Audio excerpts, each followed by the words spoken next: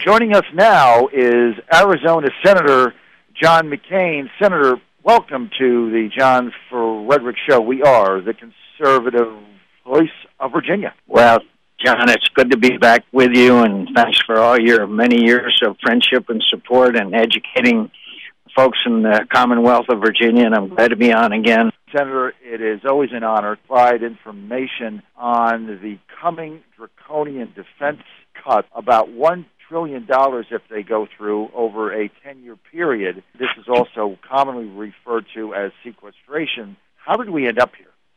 I think we got there by a very bad idea that was agreed to in the middle of the night, that if this, quote, super committee didn't reach their agreement on bringing bringing the budget under control, which, as you know, we've got amassed another $5 trillion in national debt over the last 3.5 years, that we would then have to make these cuts in defense. It was a bad idea, and John, I think we got to fix it, and it is what it is, and we've got to have the President of the United States engaged. We've got to have Republicans and Democrats sit down together and work this thing out, and if not, it's going to be devastating to our national defense, and that's the words of the Secretary of Defense. So, as it stands now, how do we stop it? Well, all we have to do is sit down together and figure out a way to get these things paid for to start with, and say, look, we're not going to take action, which, in the words of the Secretary of Defense and our uniformed military leaders, would be devastating to our national defense.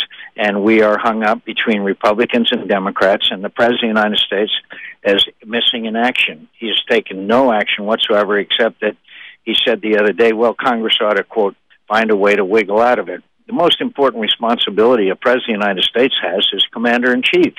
And when he sees these cuts, which his own Secretary of Defense says would be devastating, he should be calling us all together and sitting down and working this out. Instead, as I said, he's missing in action. Now, Senator, these budget reductions at the Department of Defense are, in a way, a direct result of the failure of the 2011 Super Committee to reach an agreement on deficit reduction in the United States. So, in a way, aren't Republicans in Congress equally accountable now for this whole mess? Yes, they are. Yes, they are. And Democrats, and obviously it was a bad thing to do. But now we recognize the seriousness of these cuts, and we've got to fix them.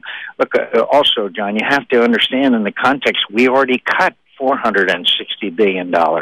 So this would be another $500 billion on top of that.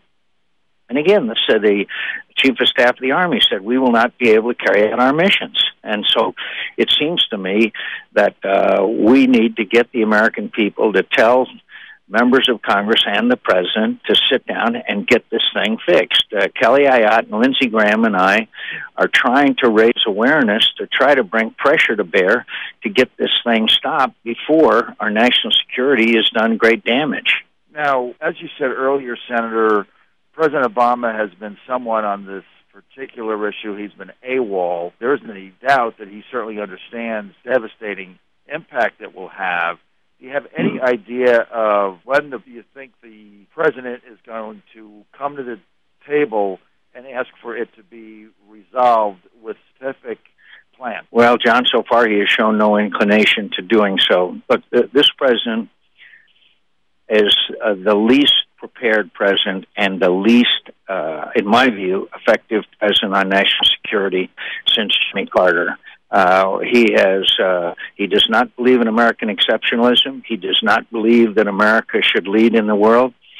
He will not stand up for people that are struggling for freedom. When's the last time you heard him say anything in favor of these people in Syria that are being massacred? Ronald Reagan would have been speaking up for them and giving them the moral support that obviously they need. As you know, I want us to do more. I want us to give them arms in order to be able to defend themselves against the Syrian Russian-supplied equipment. But this president does not believe in American exceptionalism, and all of his actions flow from that. And here we are with Iran on the path to nuclear weapons, the rise of China. We left Iraq in disarray, and we're paying a very heavy price for that. And, of course, he overruled his military leaders on how rapidly we should leave Afghanistan, which I think we're also going to pay a very heavy price for. This president does not lead. Getting back to what you just mentioned, Senator, the Syrian crisis, you've certainly been an advocate of more active U.S. involvement in that. What would be your specific vision as to how we would get involved in Syria and what? Well, John, to start with, we should be providing them with arms to defend themselves.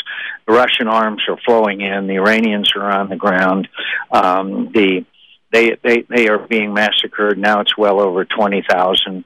And what we should also do, by the way, no American boots on the ground, but we should establish a safe zone where they can train and equip and organize and defend themselves.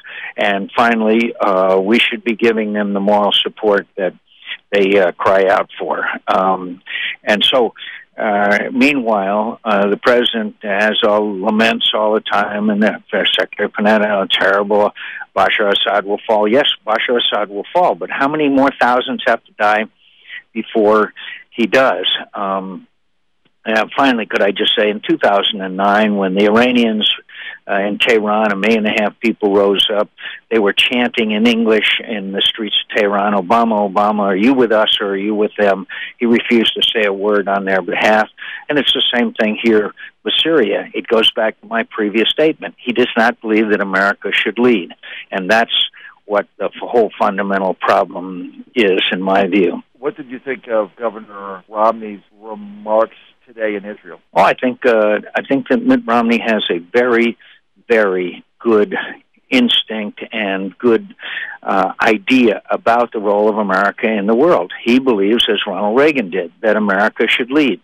Mitt Romney understands the challenges we face internationally, the challenges we face in the world with the rise of radical Islamic fundamentalism, and I am confident that he will be like Ronald Reagan, in my view, and in his fundamental belief in American exceptionalism. So I'm very pleased with what he's had to say in Israel. And by the way, whether the administration wants to admit it or not, United States and Israel relations have never been worse. I can guarantee you that. Senator, we're out of time. We want to thanks, John, thank you for your time. Welcome to good to be with you, my friend. Thank you. All right, sir. Thank you.